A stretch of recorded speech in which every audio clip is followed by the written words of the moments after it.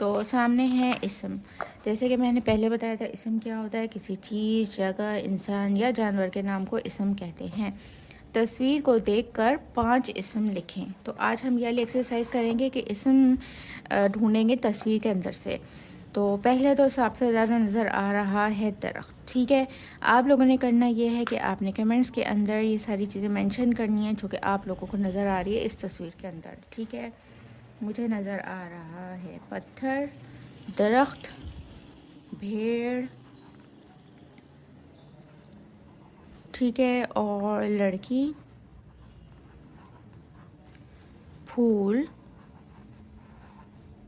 ठीक है, और पौधे, पानी। ठीक है, ये हो गए इसम। इसी तरह आप देख सकते हैं दूसरी तस्वीर, और इस तस्वीर के अंदर आपको इसम कौन कौन से नज़र आ रहे हैं।